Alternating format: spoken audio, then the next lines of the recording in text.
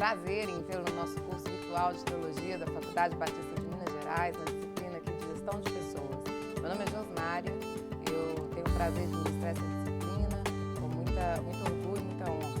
Eu sou graduada em Contabilidade, em Administração, tenho mestrado também em Administração e o meu doutorado é em Ciência da Informação.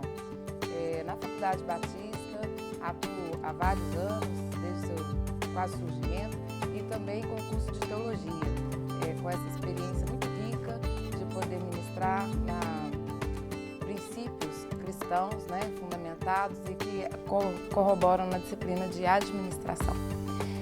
Nesta disciplina, nós vamos atuar com 8 unidades. Essas unidades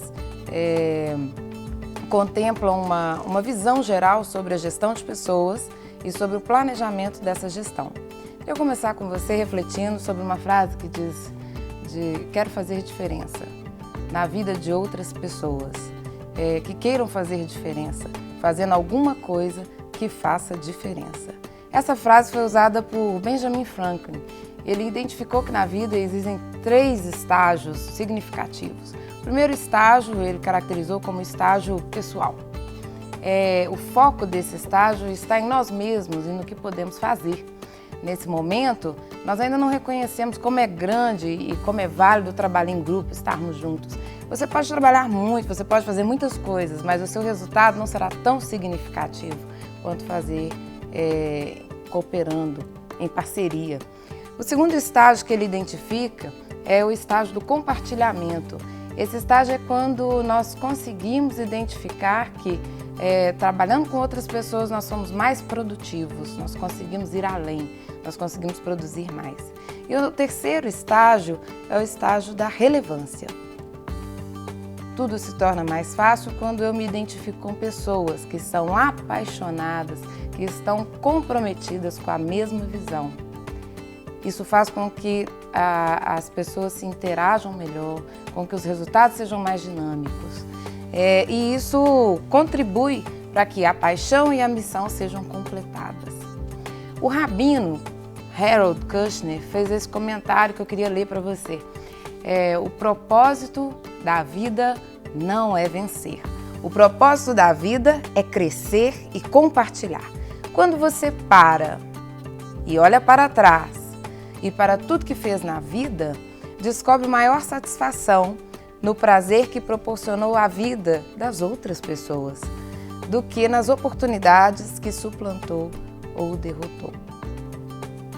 Estar em parceria, trabalhar em conjunto, gerir pessoas é um desafio que precisamos vencer no nosso tempo de individualidade. Fazer sozinho é apenas uma sombra do que você pode alcançar trabalhando com outras pessoas. Queria apresentar a você a nossa disciplina e a contextualização do que vamos fazer durante este semestre e refletir nisso sobre o papel do teólogo. O teólogo é um agente social, ele articula e transmite a visão de Deus à sociedade.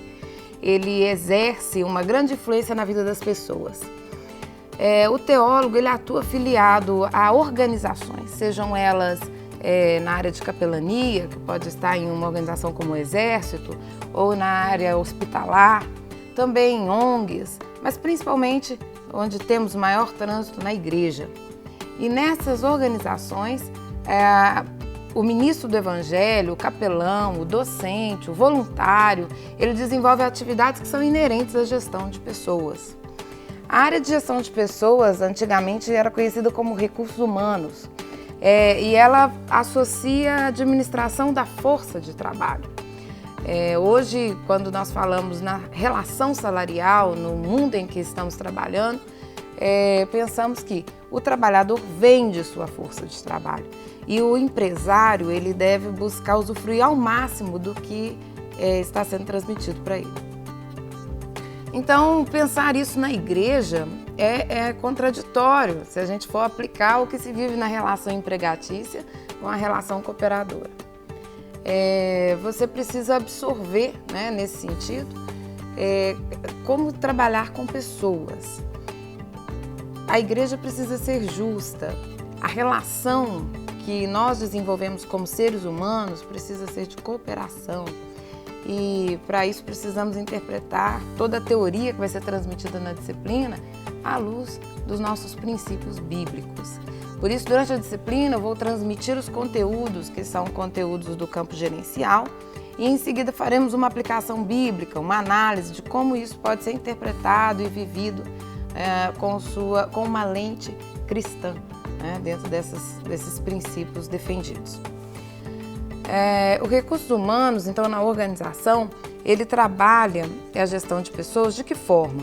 Você precisa entender como contratar uma pessoa, o que ela vai fazer, qual vai ser o trabalho dela ali, quanto ela vai receber por isso, quanto tempo ela precisa despender, para que seja uma relação justa, humana e digna do trabalhador. E para isso você precisa também perceber como a pessoa precisa ser qualificada, qual vai ser o seu treinamento e qual será também o monitoramento. Estamos falando de avaliação. No mundo que estamos, e para que as relações sejam profícuas, é importante que sejamos constantemente avaliados, sejamos constantemente instruídos sobre os nossos processos de trabalho e como estamos desenvolvendo cada um deles. Então, o principal trabalho que iremos fazer aqui é entender a concepção de como gerenciar essas pessoas, como fazer com que a organização flua melhor, entendendo os processos trabalhistas que estão fundamentados em leis no nosso país. O principal ativo de uma empresa, sem dúvidas, é a sua força de trabalho. É necessário uma boa gestão de pessoas, para que os colaboradores se disponham a trabalhar em prol da organização para alcançar os objetivos que foram estabelecidos ali na organização. Em contrapartida, o que o colaborador espera? Ele quer entender quais são os benefícios que façam realizar cada vez melhor suas tarefas estabelecidas. Ele também tem um projeto de vida, ele também tem uma motivação, ele também quer ser feliz no trabalho. Ele quer ter o retorno, ele quer se realizar nas atividades em que desenvolve. Por isso, a nossa tarefa é interpretar, entender isso. Mas você observa que desde o livro de Gênesis, o líder espiritual do povo relacionava com conflitos que estavam fundamentados na gestão de pessoas. A própria hierarquia sacerdotal que era construída ali era um exemplo de cargos e salários, onde estava distribuído quem iria fazer qual atividade, qual tarefa e por quanto tempo, incluindo inclusive as rotinas, que eram os turnos. E assim, também tinha um plano de carreira, de como a pessoa chegava até determinado nível. Ali também era considerada qual a remuneração e a jornada de trabalho. Jesus foi um exemplo marcante na condução das pessoas, que aborda a nova concepção de recursos humanos, hoje nem chamamos mais de recursos humanos, de gestão de pessoas, quando ele se tornou um líder servidor.